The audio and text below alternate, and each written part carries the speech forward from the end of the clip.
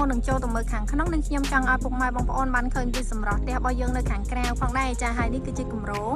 ចាដែលមានអតិថិជនគាត់ចូលនៅហើយចាហើយសម្រាប់ប្រភេទម៉ូតផ្ទះនេះផងដែរចាតម្លៃពេញត្រឹមតែចា60000អធិស្ឋានតម្លៃពេញត្រឹមតែ42000ទេចា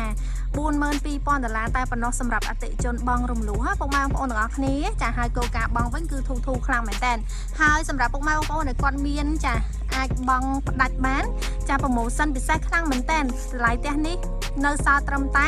$31900តែប៉ុណ្ណោះចាហើយដែលមានទំហំក្បាលដី12ជម្រៅ13ហើយសាច់ផ្ទះរបស់យើងទទឹង10ជម្រៅ7ម៉ែត្រដែលមានបន្ទប់គេង2បន្ទប់ទឹក3ចានេះឥឡូវនេះខ្ញុំមកខាងមុខនេះចំហៀងផ្ទះរបស់យើងចាគឺមានរៀបជាសួនចាជូនពុកម៉ែបងប្អូនទាំងអស់គ្នាតែម្ដងចាតែបើសិនជាអត់យកសួនទេទីតាំងកន្លែងហ្នឹងអាចចតឡានបានមួយគ្រឿងទៀតណាហើយចាសម្រាប់ខាងនេះគឺមានទីធ្លាចតឡានចាសម្រាប់ទីធ្លានេះឡាន pick up អីដាក់ទៅផុយតែម្ដងចាអូនិយាយថាលវក់ហ្មងចាឥឡូវនេះខ្ញុំចូលទៅមើលខាងក្នុងតែម្ដងពុកម៉ែបងប្អូនទាំងអស់គ្នាចាដើម្បីឲ្យដឹងថាតើនៅខាងក្នុងផ្ទះរបស់យើងចាមានសម្រស់ស្រស់ស្អាតបែបណាចាឥឡូវនេះខ្ញុំចូលមកដល់ខាងក្នុងហើយចាចូលមកដល់ខាងក្នុងនៅចំហៀងខាងស្ដាំដៃរបស់យើងអាចរៀបចំជាចាកន្លែងទទួលភ្ញៀវចាពុកម៉ែបងប្អូនចាទីធ្លានេះគឺអាចដាក់សាឡុងឈុតធំជូនពុកម៉ែបងប្អូនបានតែម្ដងចានិយាយទៅមួយសេតហ្មងចាចូលមកមានកន្លែងទទួលភ្ញៀវមានកន្លែងទទួលទានអាហារទលាយចាងាយស្រួលក្នុងការដេកថែមចាពុកម៉ែបងប្អូនណាដែលគាត់ចាស្រឡាញ់ការដេកបែបតនសម័យអីចាអាចជ្រើសរើសប្រភេទផ្ទះនេះបានចាងាយស្រួលក្នុងការដេកខ្លាំងមែនតើចាខាងនេះគឺជាកន្លែងដែលយើងអាចរៀបចំទទួលទានអាហារជួបជុំក្រុមគ្រួសាររបស់យើងខ្នាតធំបានណាព្រោះដោយសារតែទីធ្លានៅកន្លែងនេះគឺធំទូលាយខ្លាំងមែនតើឥឡូវយើងបន្តទៅមុខទៀតចាអូខេចាសម្រាប់ទីតាំងកន្លែងនេះគឺមានការរៀបចំជាចាផ្ទះបាយរបស់យើងចាសម្រាប់ផ្ទះបាយនេះគឺមានការ free ជូនពុកម៉ែបងប្អូនទៅលើទូចក្រាមបាយទាំងលើទាំងក្រោមនិងមានម៉ាស៊ីនបឺតក្លិនបឺតផ្សែងទៀតចាគឺមានការ free ជូនពុកម៉ែបងប្អូនទាំងអស់គ្នាតែម្ដងចាហើយបែរមកខាងនេះវិញគឺចដាឡើងទៅខាងលើនឹងបន្ទប់ទឹកចាសម្រាប់បន្ទប់ទឹករបស់យើងគឺមានបាំងជាងចាអញ្ចឹងចូលមកអត់ឃើញបន្ទប់ទឹកទេណាព្រោះដោយសារតែមានការបាំងជាងចិត្តស្អាតហើយចាអញ្ចឹងចាអត់ប៉ះពាល់ហងស៊ុយទេចាពុកម៉ែបងប្អូនដែលចាប់អារម្មណ៍ប្រភេទគម្រោងផ្ទះវិឡាតូលខ្នាតនេះរុះរាន់ណាដោយសារតែតម្លៃនេះគឺនៅធូរថ្លៃនៅឡើយទេបើសិនជាទុកមួយខែពីរខែទៀតអាចនឹងឡើងថ្លៃទៀតហើយចាព្រោះទឹកតែឡើងថ្លៃចាទឹកតែឡើងថ្លៃបន្តិចទៀតចាអញ្ចឹងរុះរាន់ទាំងអស់គ្នាណាតោះឥឡូវនេះខ្ញុំឡើងទៅមើលខាងលើតែម្ដងចាឲ្យដឹងថាតើនៅខាងលើមានអីគេខ្លះចាអូខេចាឡើងមកដល់ជាន់លើចាសម្រាប់ជាន់ទី1នេះចាឡើងមកដល់អត់ទាន់មានបន្ទប់គេងទេឡើងមកដល់អត់ទាន់ចូលបន្ទប់គេងទេគឺយើងមានទីធ្លាដែលអាចរៀបចំជាសាឡុងចា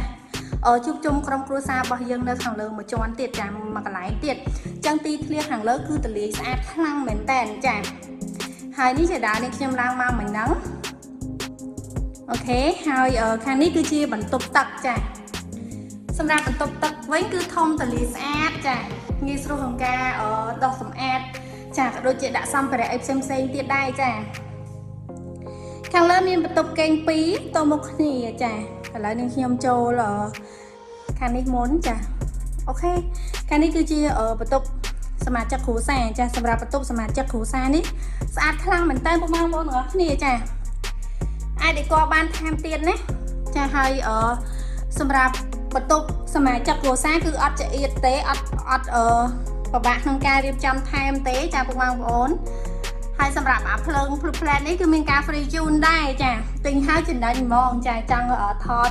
អីនៅក្នុងផ្ទះរបស់យើងក្នុងបន្ទប់របស់យើងអីគឺអត់ចាំបាច់ចា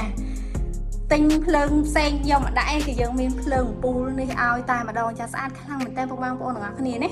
ចាឥឡូវនេះខ្ញុំចូលបន្ទប់មេគ្រួសារម្ដងអូខេចានេះគឺជាបន្ទប់មេគ្រួសារចាសម្រាប់ការដេកពីដានអីផ្សេងគឺស្រស់ស្អាតខ្លាំងមែនតើធំទូលាយស្អាតងាយស្រួលក្នុងការរៀបចំដេកថែមចា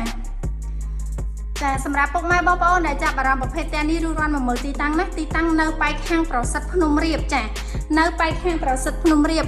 បើសិនជាពុកម៉ែបងប្អូននៅក្នុងពេញអាចធ្វើដំណើរមកតាមផ្លូវ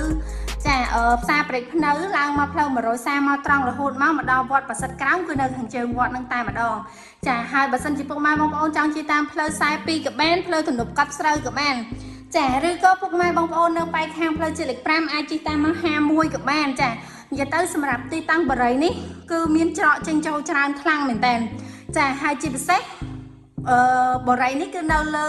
នៅជាប់ជាមួយនឹងផ្លូវរដ្ឋផ្លូវ15ម៉ែត្រតែម្ដងណា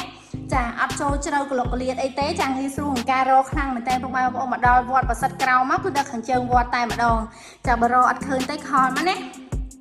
ចាខលមកលេខនេះខ្ញុំមកចាលេខនៅខាងក្រោមវីដេអូនេះចាពុកម៉ែបងប្អូនទាំងអស់គ្នាបើសិនជាចង់ដឹងព័ត៌មានលម្អិតតាក់ទងជាមួយនឹងគម្រោងនេះចាអាចចាខមមិននៅខាងក្រោមឬក៏ឆាតមកក្នុង page មកចាក្រុមការងារនឹងគាត់នឹងតាក់ទងទៅចាផ្ដល់ព័ត៌មានឬក៏នាងខ្ញុំផ្ដល់ព័ត៌មានជូនផ្ទាល់តែម្ដងចាសម្រាប់ពុកម៉ែបងប្អូនដែលចាប់អារម្មណ៍ប្រភេទតែនេះណាកុំរងចាំយូរអីចាព្រោះដោយសារតែប្រភេទតែនេះគឺនៅចោលតិចដែរចាហើយសម្រាប់ការបង់រំលោះវិញចាឥឡូវនេះខ្ញុំនិយាយអំពីការបង់រំលោះណាចាសម្រាប់ការបង់រំលោះពុកម៉ែបងប្អូនមានត្រឹមតែ 30% ចាពុកម៉ែបងប្អូនមានត្រឹមតែ 30% ពុកម៉ែបង់ធ្វើកុងត្រាចាទិញផ្ទះនេះបន្ទាប់មកទឹកប្រាក់ដែលនៅសល់ 70% ទៀតពុកម៉ែបងប្អូនរងចាំរហូតដល់ផ្ទះធ្វើហើយចាបានពុកម៉ែបងប្អូនចាប់ផ្ដើមបង់ជាមួយនឹងធនាគារតែម្ដងចាងាយស្រួលមែនតើចាគឺអំឡុងពេលដែលផ្ទះកំពុងសាងសង់ចាពុកម៉ែបងប្អូនអត់ចាំបាច់បង់ប្រាក់ជាប្រចាំខែទេចាអញ្ចឹងរងចាំនៅពេលដែលផ្ទះសាងសង់ហើយគឺពុកម៉ែបងប្អូនចាប់ផ្ដើមបង់បន្តជាមួយនឹងចាខាងធនាគារតែម្ដងព្រោះដោយសារតែបរិយគឺមានការ free ជូនប្លង់រឹងជូនពុកម៉ែបងប្អូនទាំងអស់គ្នាតែម្ដងចាងាយស្រួលក្នុងការ process ជាមួយនឹងធនាគារខ្លាំងមែនតើហើយសម្រាប់ការបង់ជាមួយនឹងធនាគារក្នុងមួយខែគឺត្រឹមតែចា$250តែប៉ុណ្ណោះក្នុងមួយខែណាពុកម៉ែបងប្អូនទាំងអស់គ្នាអញ្ចឹងរួចរាល់ចាសម្រាប់ពុកម៉ែបងប្អូនដែលចង់បានប្រភេទផ្ទះវីឡាតូនេះចាហើយសម្រាប់ promotion ណាចាសម្រាប់ promotion ផ្ទះនេះចាគឺមានការថែមជូនចាម៉ាស៊ីនត្រជាក់ម៉ាស៊ីនបឺតក្លិនម៉ាស៊ីនបឺតផ្សែងទូជាក្រានបាយមួយឈុតចានេះចង់បាយសលេងប្លង់រឹង 100% ជូនពុកម៉ែបងប្អូនទាំងអស់គ្នាតែម្ដងចាទិញផ្ទះតម្លៃត្រឹមតែ42,000ចាពុកម៉ែបងប្អូនអត់ចំណាយទៅលើកាត់ប្លង់រឹងអីទៀតទេណាចាគឺទទួលបានចាប្លង់រឹងតែម្ដងពួកបរិយគាត់រៀបចំកាត់ប្លង់ឲ្យតែម្ដងណាហើយនឹងមានការ free សន្តិសុខរយៈពេល2ឆ្នាំពេញជូនពុកម៉ែបងប្អូន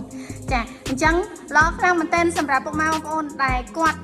ចាមានបំណងរកទិញផ្ទះណាចារកទិញផ្ទះគាត់ចង់ទិញផ្ទះចាហើយចង់បានប្រភេទវីឡាតូលចាចង់បានប្រភេទវីឡាតូលហើយតម្លៃសមរម្យចាតម្លៃផ្ទះដែលនាងខ្ញុំបង្ហាញនេះនាងខ្ញុំសូមបញ្ជាក់ជូនម្ដងទៀតណានេះឥឡូវយើងមើលខាងក្រៅចាស្គមស្កាយតែម្ដងប្រភេទតែនេះទំហំដីក្បាល12ម៉ែត្រជម្រៅ13ម៉ែត្រហើយសម្រាប់ចាហើយសម្រាប់សាច់ផ្ទះរបស់យើងទទឹង10ម៉ែត្រជម្រៅ7ម៉ែត្រចាមានរបងជុំវិញតែម្ដងពុកម៉ែបងប្អូនទាំងអស់គ្នាចាហើយប្រភេទផ្ទះនេះចតឡានបានរហូតដល់2គ្រឿងខាងមុខហើយបើសិនជាចង់ដាក់ពីមុខទ្វារយើងខាងនេះក៏បានដែរចារៀបចំជាចាចាក់បេតុងទាំងអស់មកក៏បានដែរចាប្រភេទផ្ទះនេះណាពុកម៉ែបងប្អូនទាំងអស់គ្នាមានបន្ទប់គេង2បន្ទប់ទឹក3ហើយការបង់រំលោះក៏មានបង់ផ្ដាច់ក៏មាន promotion ចាសម្រាប់អតិថិជនបង់ផ្ដាច់ 100% ចាគឺមានការថែមជូនម៉ូតូមួយគ្រឿងទៀតក្នុងតម្លៃផ្ទះត្រឹមតែ$31,900តែប៉ុណ្ណោះពុកម៉ែបងប្អូនទាំងអស់គ្នាចាអស់ចាខ្លាំងមែនតើប្រភេទវីឡាតូនេះចាគឺរស់រាន់ណាព្រោះដោយសារតែប្រភេទផ្ទះនេះគឺចិត្តអស់ហើយចាចិត្តអស់ហើយពុកម៉ែបងប្អូនដែលគាត់នៅខាងក្រៅប្រទេសគាត់អាចទិញបានឲ្យតែគាត់មានអត្តសញ្ញាណប័ណ្ណជាជនជាតិខ្មែរគាត់អាចទិញផ្ទះទីបានហើយពុកម៉ែបងប្អូនទាំងអស់គ្នាចាកម្រងចាំយូរចាបើសិនជាគាត់ចានៅក្រៅគាត់ពិបាកក្នុងការមកមើលទីតាំងឲ្យបងប្អូនជួយមកមើលផ្ទាល់បានណានាងខ្ញុំនឹងណែនាំជូនហើយទៅពិភាក្សាគ្នាបានធម្មតាវិញ